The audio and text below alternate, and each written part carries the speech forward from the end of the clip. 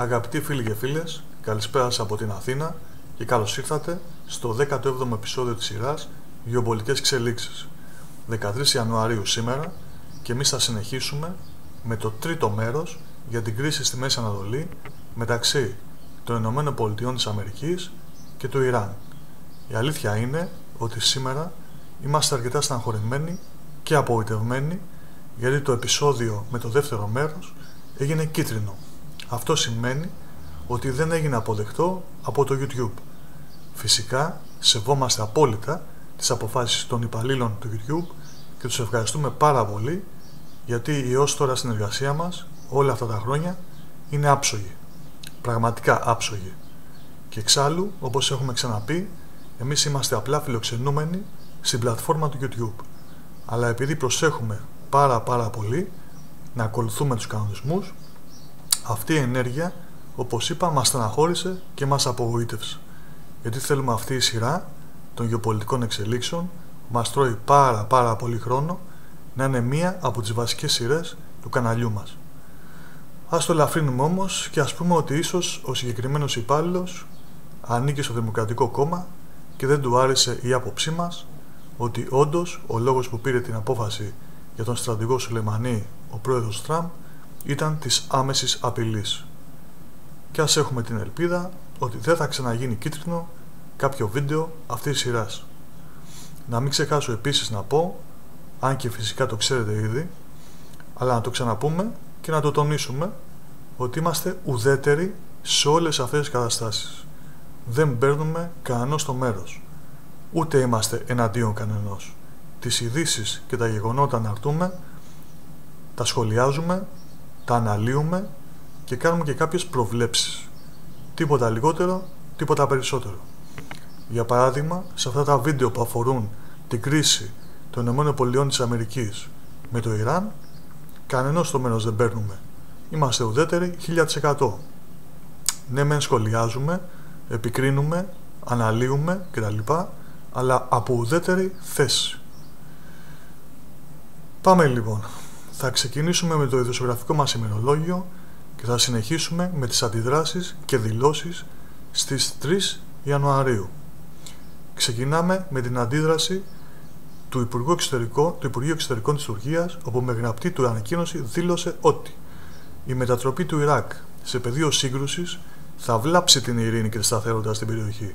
Το τουρκικό Υπουργείο Εξωτερικών εκφράζει έντονη ανησυχία για την κλιμάκωση της έντασης μεταξύ των ΗΠΑ και του Ιράν. Το αμερικανικό αεροπορικό χτύπημα, από το οποίο σκοτώθηκε ο Ιρανός στρατηγός Κασέμ Σουλεϊμανί, θα εντείνει την ανασφάλεια και την αστάθεια στην περιοχή. Προχωράμε στην αντίδραση του ελληνικού Υπουργείου Εξωτερικών, το οποίο στην ανακοίνωση που εξέδωσε αναφέρει ότι το ελληνικό Υπουργείο Εξωτερικών εκφράζει την ιδιαίτερη ανησυχία του για τις εξελίξεις στο Ιράκ. Προτεραιότητα συνεχίζει να είναι η σταθερότητα της χώρας και της ευρύτερης περιοχής και η αποφυγή περαιτέρω κλιμάκωσης. Μόνο έτσι ο λαός του Ιράκ θα μπορέσει να επανέλθει σε μια ομαλή καθημερινότητα, απαλλαγμένος από τη βία και την τρομοκρατία. Απαιτείται ψυχραιμία και νηφαλιότητα. Την ίδια ημέρα είδαμε επίσης κάποιες αεροπορικές εταιρείες χωρών στη Μέση Ανατολή που κατάλαβαν αμέσως πόσο σοβαρή είναι η κατάσταση, να αναστέλουν τις πτήσεις τους προς το Ιράκ για λόγους ασφαλείας. Συγκεκριμένα, η αεροπορική εταιρεία Gulf Air του Μπαχρέιν και η κρατική αεροπορική εταιρεία της Ιορδανίας Royal Jordanian Airlines ανέστειλαν μέχρι νεοτέρας τις πτήσεις τους προς τη Βαγδάτη και μάλιστα η Gulf Air που έκανε την ανακοίνωση μέσω Twitter ανέστειλε και τις πτήσεις της και προς την Ατζάβ αλλά και τις πτήσεις της που έχουν αφετηρία τη Βαγδάτη. Σύμφωνα με το Συριακό πρακτορείο Σάνα, ο πρόεδρος της Συρίας Μπασάρ Αλ-Άσαντ απέστειλε επιστολή στον ανώτατο θρησκευτικό ηγέτη του Ιράν, τον Αλί Χαμενέι, όπου έγραψε τα εξής: ο Συριακός λαός δεν θα λησμονήσει την παρουσία του στο πλευρό του αραβικού Συριακού στρατού για την άμυνα της Συρίας απέναντι στην τρομοκρατία και τους υποστηριχτές της. Επίσης, το Υπουργείο Εξωτερικών της Συρίας καταδίκασε τη δολοφονία του Σουλεϊμανί, τονίζοντας ότι η εγκληματική επιθετικότητα των ΗΠΑ παραπέμπει σε εγκληματικές συμμορίες. Ας δούμε και την αντίδραση της Ρωσίας και της Γαλλίας. Είχαμε τηλεφωνική συνομιλία του Ρώσου Προέδρου Βλαντιμίρ Πούτιν με τον Γάλλο Πρόεδρο Εμμανουέλ Μακρόν, όπου και οι δυο τους εξέφρασαν την έντονη ανησυχία τους και τους φόβους τους ότι θα υπάρξει επιδείνωση της κατάστασης στη Μέση Ανατολή. Συγκεκριμένα, σε ανακοίνωση του Κρεμλίνου αναφέρεται το εξής. Σημειώθηκε ότι η ενέργεια αυτή μπορεί να επιδεινώσει σοβαρά την κατάσταση στην περιοχή. Επίσης, το Ρωσικό Υπουργείο Άμυνας σε ανακοίνωσή του αναφέρει τα εξής. Οι κοντόφθαλμες ενέργειες των ΗΠΑ, δηλαδή ο φόνος του στρατηγού Σουλεϊμανί, θα οδηγήσουν σε οξία κλιμάκωση των πολιτικοστρατιωτικών εντάσεων στη Μέση Ανατολή. Ο Ιρανός στρατηγός ήταν ένας έμπειρος στρατιωτικός διοικητής υπό την άμεση ηγεσία του οποίου οργανώθηκε στη Συρία και το Ιράκ η ένοπλη αντίσταση εναντίον των διεθνών τρομοκρατικών οργανώσεων του Ισλαμικού κράτους και της Αλ-Κάιντα, πολύ καιρό πριν εμπλακεί ο διεθνής συνασπισμός υπό τις ΗΠΑ. Η προσωπική συμβολή του στον αγώνα εναντίον του Ισλαμικού κράτους στο έδαφος της Συρίας είναι αδιαμφισβήτητη. Ανακοινώσεις είχαμε και από πολλές άλλες χώρες, όπως η Μεγάλη Βρετανία, η Γερμανία, η Γαλλία, η Κίνα, η Σαουδική Αραβία κτλ. Που όλες ζήτησαν να αποκλιμακωθεί και να μην εκτραχυνθεί η κατάσταση. Μέσα σε όλο αυτό το κλίμα, ο Αμερικανός πρόεδρος Ντόναλντ Τραμπ έδωσε συνέντευξη τύπου όπου δήλωσε τα εξής. «Σκότωσα τον Κασέμ Σουλεϊμανί για να σταματήσω και όχι να ξεκινήσω τον πόλεμο. Θα βρούμε τους εχθρούς της Αμερικής και θα τους εξοντώσουμε. Ο Σουλεϊμανί είχε πάθος με το θάνατο αθώων ανθρώπων. Οι επιθέσεις του επηρέασαν κόσμο μέχρι το Νέο Δελχή και το Λονδίνο. Εποφελούμαστε τώρα που γνωρίζουμε ότι η τρομοκρατική δράση του έλαβε τέλος. Δεν ξεκινάμε πόλεμο». Φυσικά δεν γίνεται να μην αναφερθούμε σε δύο παλιά tweet του Προέδρου Τραμπ για τον Μπαράκ Ομπάμα του 2011 και 2012 που έγιναν viral, καθώς τότε ο Πρόεδρος Τραμπ έγραφε στις αναρτήσεις του το 2011. Για να επανεκλεγεί ο Μπαράκ Ομπάμα θα ξεκινήσει ένα πόλεμο με το Ιράν και το 2012 μην αφήνετε τον Ομπάμα να παίξει το χαρτί του Ιράν με σκοπό να ξεκινήσει έναν πόλεμο ώστε να επανεκλεγεί. Προσέξτε, Ρεπουμπλικάνοι. Και τα δύο αυτά tweet έχουν γίνει έντονο θέμα σχολιασμού και σάτυρας στην Αμερική. Με αυτές τις αντιδράσεις και τις ανακοινώσεις ολοκληρώσαμε την πρώτη αλλά και την πιο βασική ημέρα, τις 3 Ιανουαρίου. Θα προχωρήσουμε με λιγότερες δηλώσεις και περισσότερα γεγονότα στις 4 Ιανουαρίου. Σύμφωνα με την ελληνική εφημερίδα Καθημερινή, στην αμερικανική βάση της Σούδας στην Κρήτη προσγειώθηκαν 4 ελικοφόρα τύπου Osprey και 2 μεταγωγικά αεροπλάνα σε 130, προερχόμενα από το Mildenhall της Αγγλίας, όπου βρίσκεται η 352 πτέρυγα της Διοίκησης Ειδικών Επιχειρήσεων της Αμερικανικής Αεροπορίας. Οι πληροφορίες που είχε η εφημερίδα ήταν ότι και τα 6 προορίζονταν για μεταφορά Αμερικανών πολιτών και αξιωματούχων από την περιοχή του Ιράκ, αν αυτή χρειαζόταν. Συνεχίζουμε την ίδια ημέρα όπου είχαμε ρήψη ρουκετών εντός της πράσινης ζώνης στη Βαγδάτη, στο Ιράκ, όπου βρίσκονται πολλά κυβερνητικά κτίρια αλλά και η Αμερικάνικη πρεσβεία. Προχωράμε. 5 Ιανουαρίου. Ομάδα hacker που ισχυρίστηκε ότι δρούσε για το Ιράν έκανε κυβερνοεπίθεση στην ιστοσελίδα της Αμερικανικής κυβέρνησης. Εδώ να πούμε ότι σύμφωνα με πληροφορίες, όντως το Ιράν έχει εξασκηθεί στον κυβερνοπόλεμο και έχει πολλούς ικανούς hacker. Στη σελίδα που επιτέθηκαν ανέβασαν φωτογραφία με τον Αμερικανό πρόεδρο Ντόναλντ Τραμπ να δέχεται μπουνιά στον άγολο και να τρέχει αίμα από το στόμα.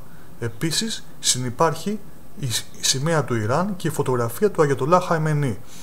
Στο κείμενο που συνοδεύει τις φωτογραφίες, μεταξύ άλλων, έγραψαν: «Αυτό είναι μήνυμα από την Ισλαμική Δημοκρατία του Ιράν. Δεν θα σταματήσουμε να στηρίζουμε τους φίλους μας στην ευρύτερη περιοχή, τον καταπιεσμένο λαό της Παλαιστίνης, τον καταπιεσμένο λαό της Ιεμένης, τον λαό και την κυβέρνηση της Συρίας, τον λαό και την κυβέρνηση του Ιράκ, τον καταπιεσμένο λαό του Μπαχρέιν. Εμείς θα τους στηρίξουμε. Συνεχίζουμε και διαβάζουμε ότι την ίδια ημέρα η κυβέρνηση του Ιράκ θα ζητήσει την αποχώρηση όλων των ξένων στρατευμάτων, μεταξύ αυτών και των Ηνωμένων Πολιτειών της Αμερικής. Εδώ να πούμε ότι οι Ηνωμένες Πολιτείες απέστειλαν στρατεύματα το 2014 ώστε να βοηθήσουν στην εξόντωση του ISIS που είχε καταλάβει μεγάλο τμήμα του εδάφους του Ιράκ. Τελικά το αίτημα διατύπωσε ο Ιρακινός Πρωθυπουργός και η Βουλή του Ιράκ ανταποκρίθηκε και εξουσιοδότησε την κυβέρνηση να προχωρήσει σε όλες τις ενέργειες που απαιτούνται ώστε να αποχωρήσουν από το Ιράκ οι αμερικανικές δυνάμεις, αλλά και οι υπόλοιπες ξένες στρατιωτικές δυνάμεις. Επίσης, η κυβέρνηση του Ιράκ, καταδικάζοντας την αμερικανική επίθεση στο αεροδρόμιο της Βαγδάτης, προσέφυγε στο Συμβούλιο Ασφαλείας του ΟΗΕ και κατηγόρησε τις Ηνωμένες Πολιτείες για παραβίαση της κυριαρχίας του και των όρων της παρουσίας των Ηνωμένων Πολιτειών της Αμερικής στο Ιράκ. Την ίδια ημέρα, σύμφωνα με την Ιρανική κρατική τηλεόραση και το πρακτορείο Ήρνα, που επικαλέστηκαν δηλώσεις ενός εκπροσώπου της κυβέρνησης του Ιράν, το Ιράν αποδεσμεύεται πλήρως από τη συμφωνία του 2015 για τα πυρηνικά και δεν θα υπάρχει πλέον κανένας περιορισμός στον εμπλουτισμό ουρανίου, αλλά η Τεχεράνη θα εμπλουτίζει ουράνιο ανάλογα με τις τεχνικές ανάγκες της. Εδώ να σταματήσουμε και να δούμε κάποιες αναρτήσεις του Αμερικανού Προέδρου Ντόναλντ Τραμπ αλλά και του Ιρανού Προέδρου Χασάν Ρουχανί που έκανα στο Twitter από τις 4 μέχρι τις 8 Ιανουαρίου.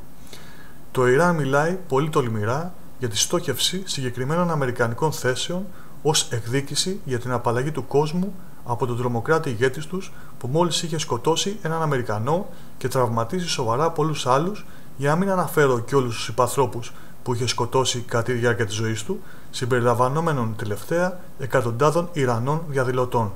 Επιτέθηκε ήδη στην πρεσβεία μας και προετοίμαζε και άλλα χτυπήματα σε άλλα σημεία. Το Ιράν δημιουργεί συνεχώς προβλήματα πολλά χρόνια τώρα. Ας αυτό θεωρηθεί ως προειδοποίηση ότι αν το Ιράν χτυπήσει Αμερικανούς ή αμερικανικές θέσεις,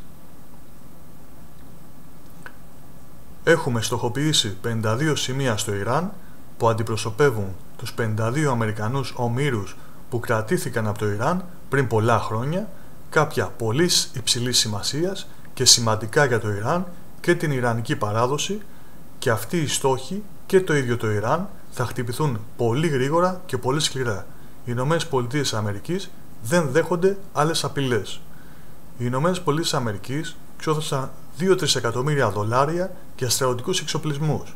Είμαστε οι μεγαλύτεροι και εκ των μακρόν οι καλύτεροι στον κόσμο. Αν το Ιράν επιτεθεί σε αμερικανική βάση ή σε οποιονδήποτε Αμερικανό, θα στείλουμε κάποιον από αυτόν τον καινούριο εξοπλισμό και χωρίς δισταγμό. Αυτές οι αναρτήσεις στα μίντια θεωρούνται ως ενημέρωση προς το Αμερικανικό Κογκρέσο ότι αν το Ιράν χτυπήσει οποιονδήποτε Αμερικανό πολίτη ή αμερικανικό στόχο, οι Ηνωμένες Πολιτείες Αμερικής θα ανταπαντήσουν γρήγορα και ολοκληρωτικά και ίσως με δυσανάλογο τρόπο. Αυτή η νομική ειδοποίηση δεν απαιτείται, αλλά παρέχεται παρόλα αυτά. Να δούμε τώρα και τις αναρτήσεις του Ιρανού Προέδρου Χασάν Ρουχανί. Εκείνοι που αναφέρονται στον αριθμό 52 να θυμούνται επίσης και τον αριθμό 290. Ποτέ μην απειλείτε το έθνος του Ιράν. Εδώ ο πρόεδρος Ρουχανί με το 290 υπενθυμίζει τα 290 θύματα της αεροπορικής τραγωδίας στον κόλπο, όταν αμερικανικό πολεμικό πλοίο είχε πλήξει και είχε ρίξει αεροπλάνο του Ιράν, των Ιρανικών αερογραμμών, το 1988. Ο στρατηγός Σουλεϊμανί πολέμησε ηρωικά εναντίον του ISIS, της Al-Nusra, της Al-Qaeda. Αν δεν πολεμούσε την τρομοκρατία, οι ευρωπαϊκές πρωτεύουσες θα ήταν σε μεγάλο κίνδυνο αυτή τη στιγμή. Η τελική μας απάντηση για τη δολοφονία του θα είναι να εκδιώξουμε όλες τις αμερικανικές δυνάμεις από την περιοχή. Καταλαβαίνω ότι για εμάς, ως λίγο μεγαλύτερο σε ηλικία, μας φαίνεται λίγο περίεργο και ίσως λίγο αστείο όλο αυτό με το Twitter, αλλά είναι η τεχνολογία που έχει προχωρήσει. Θυμηθείτε στις αρχές του 90 που στην πρώτη στρατιωτική επέμβαση των ΗΠΑ στο Ιράκ βλέπαμε στην τηλεόραση μέσω του CNN σε ζωντανή μετάδοση τους αεροπορικούς βομβαρδισμούς. Απίστευτα πράγματα για εκείνη την εποχή και μάλιστα τρομακτικά. Αν σκεφτείς ότι έβλεπες ζωντανά σε μια οθόνη ανθρώπους που πέθαιναν. Γιατί οι βορβαδισμοί δεν έριχναν λουλούδια, βόμβες έριχναν που σκοτώνουν. Εδώ φίλοι και φίλες θα σταματήσουμε και θα συνεχίσουμε αύριο με το 4ο και τελευταίο επεισόδιο, όπου θα συνεχίσουμε με το ειδησιογραφικό μας ημερολόγιο, θα δούμε τα αντίπεινα που έκαναν οι Ιρανοί, την αεροπορική τραγωδία, αλλά και θα πούμε την άποψή μας του τι περιμένουμε από εδώ και πέρα. Αν δούμε ότι δεν μας παίρνει ο χρόνος, θα κάνουμε και ένα 5ο επεισόδιο. Όσο για την επεξήγηση των παραστρατιωτικών οργανώσεων στην περιοχή που είπαμε χθες, θα κάνουμε ένα έξτρα ξεχωριστό επεισόδιο. Ελπίζω να μην γίνει και αυτό το βίντεο κίτρινο και αναγκαστούμε να περιορίσουμε τα βίντεο αυτής της σειράς των γεωπολιτικών εξελίξεων. Να σας ευχαριστήσω πολύ που μας παρακολούθησατε και απόψε το βράδυ. Μην ξεχνάτε να εγγραφείτε στο κανάλι μας στο YouTube και στη σελίδα μας στο Facebook. Καλό βράδυ σε όλους και τα ξαναλέμε πάλι αύριο βράδυ.